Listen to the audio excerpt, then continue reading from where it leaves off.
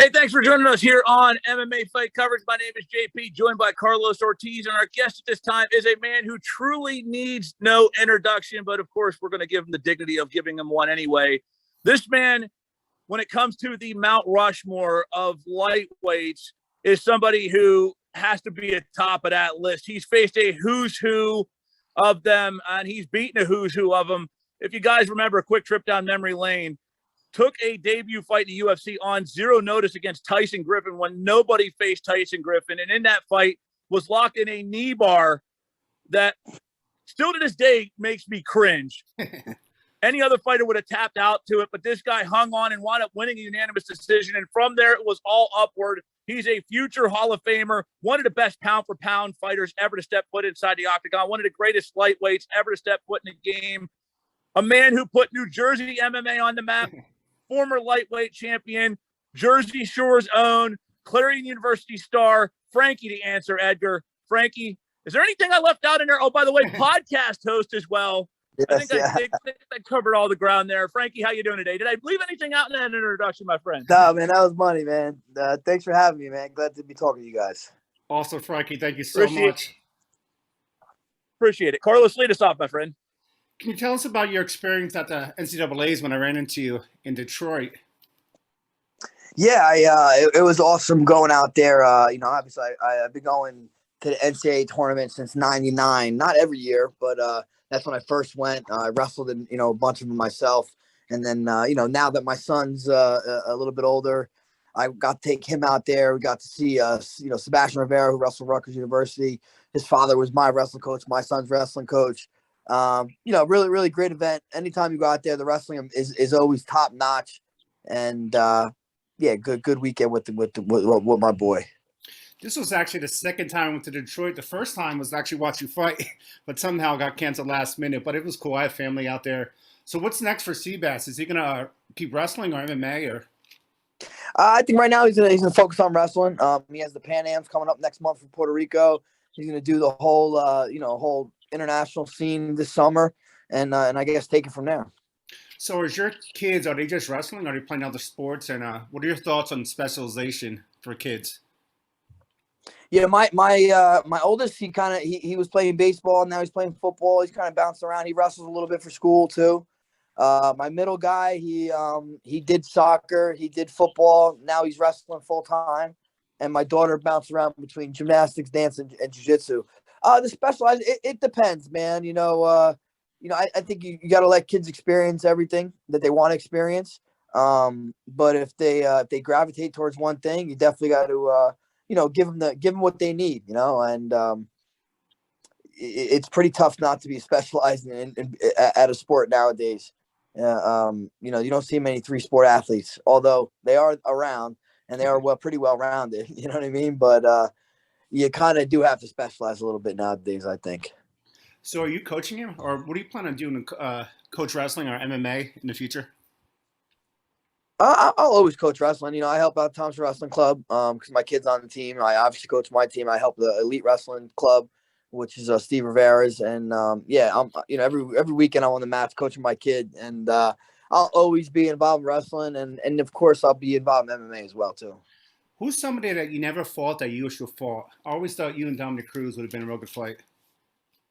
Yeah, honestly, I think that would have been it, man. Dominic Cruz. He was when I was a 55-pound champion, I believe he was a 35-pound champion. So, yeah. That would have been kind of cool if we got to get linked up, but it didn't seem to work out like that. All right, Jake, you could keep going. All right, Frank, first things first, you wrestled at a PSA school, Clarion University. Really underappreciated when it comes to those schools. My daughter actually attends Bloomsburg now, another one. What is the mystique of those PSAC schools that makes them stand out in your opinion? What's great about these schools is it's small schools. They're kind of small state schools, but big time wrestling. I think all the other programs were, Division III, at least in Clarion, and wrestling was Division I. I think it's the same from Bloom and Lock Haven as well, maybe Edinburgh. And PA is the best wrestling state probably in the country, and you don't have to go far to find a good guy. So those PA schools are always stacked with good wrestling. Absolutely. Now, after your career wrestling at Clarion, was what led you to MMA? What led you to want to make that jump from the mat to the world of MMA, which at the time, let's be honest, the money was just starting to get there, but isn't what we see now? Yeah, I got into it because my senior year, the first season Ultimate Fighter was Sherwood. And I seen Josh Koscheck, who he went to Edinburgh. I seen Diego Sanchez, who was a wrestler doing well. So I thought, I'm seeing these wrestlers have success. I'm definitely going to give it a shot. And I found a place to train locally and ended up, just kind of jumping in. I felt like I wasn't done competing. When my wrestling career was over, I still had the urge to compete. But no, by no means did I think I was trying to make it my profession. At that point, like you said, not many, you never ran into a professional MMA fighter, too often. So I was just getting into it for fun for the most part. Now, myth is you actually tried out for one of the seasons of the Ultimate Fighter before the Griffin fight. And unfortunately, at the time, the UFC didn't quite see it the same as what you could have brought to the table on that show, and then wound up taking a different path. Is that correct? Yeah, I did. I tried out for the first season of 155. I believe it was season 5. Nate Diaz won it. And that I thought I was going to get in too. I remember trying out for it. You have to do the pad work, you have to do the grappling, then you go talk to the TV producers. I thought everything went well. I was trying to stay positive. I'm like, I'm definitely getting a call, and the call never came. But in retrospect, it all turned out all right. I ended up getting a call from Joe Silva to fill in for Tyson Griffin, like you mentioned before. Which is funny you mentioned that, because season 5, one of the standouts of that season was Gray Maynard, who became one of your better rivals. You had an epic trilogy with him, with Gray. So imagine you would have wound up on that show. That would have been really an intriguing sidebar. But, like you said, it wound up being an intriguing sidebar because you wound up having an excellent career, taking that fight with Tyson, which really in its own way put you on the map. Yeah, absolutely, man. Things work out for a reason, and I'm not complaining. It all padded out pretty good for myself. Absolutely. Now, another set of fights you had that really established you as really a go to the lightweight division was your series of fights with really trilogy of fights with BJ Penn.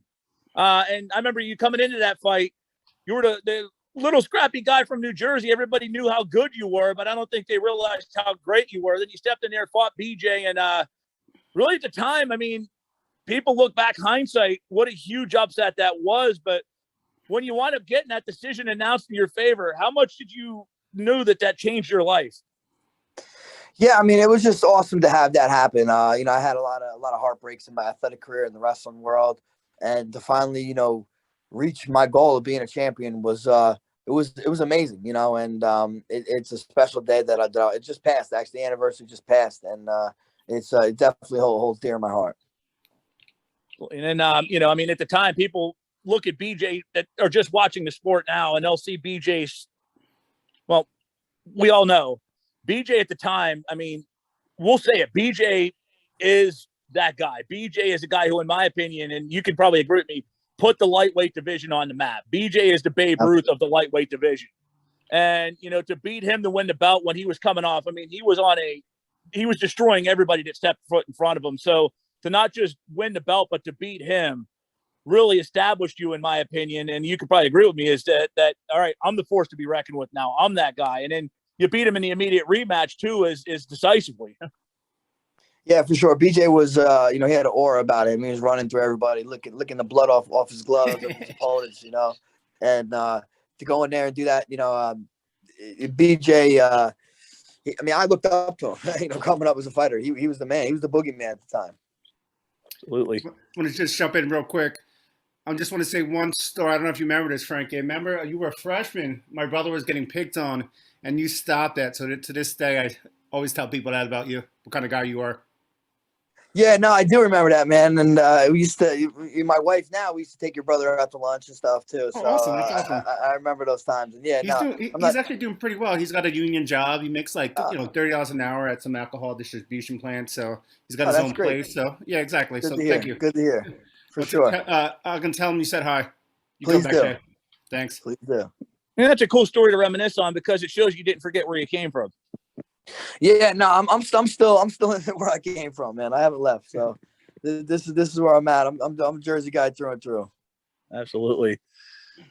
Now we'll fast forward a little bit to where you are now. I've actually had the benefit of being at a couple of your fights. I was at Tough 14, the Tough 19 finale, after the third fight with BJ, his first retirement fight. Also was at your most recent one in New York City. So I guess we're going to ask, right now you've bounced around multiple divisions. You're the guy that anytime, any place, any division, which is what made you endearing to the fight fans. What's next for Frankie Edgar? Yeah, right now what's next is see what's going on. I'm gonna enjoy this summer, and we'll see what happens in the fall. Taking things day by day, one step at a time. Hosting that podcast, why don't you tell us a little bit about it? Yeah, I host a podcast called Tramp, along Roger Mathews from Jersey Shore fame, and we go weekly. We're pretty much everywhere podcasts can be found, and we have a good time with it. We're at this is the podcast room right now, so in the studio. That's pretty impressive, man. That's some pretty impressive equipment you got there. Much more, Carlos. We got to let our bosses know we need some of that equipment there in ours. We're working on the iPhones here, buddy. Exactly. Yeah, I tell you what, it's not that expensive. You gotta fake it till you make it, baby.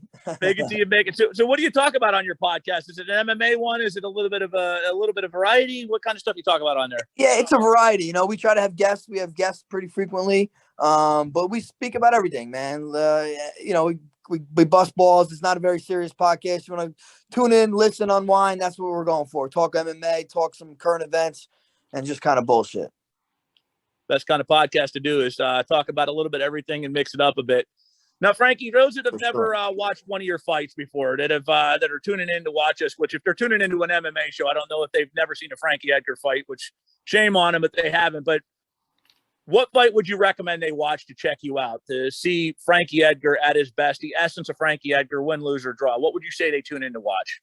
Oh, man, honestly, I'll honestly say any fight, you watch any one of my fights, win or lose, you could tell that I went in to win that fight. You know what I mean? I prepared for that fight. There's never been a guy I never prepared for. If someone beat me, they fucking beat me.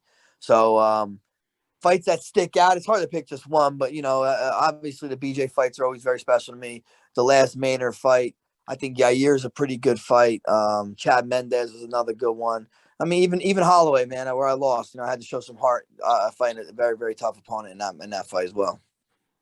You've definitely, one thing that's endeared to you, like I said, the fact that you'll fight anybody, any given night, any weight class, but it's never a dull night in the office when Frankie Edgar steps foot inside that cage, man. It's always, if you walk away not satisfied, then you don't have a pulse and you need to watch another sport, in my opinion.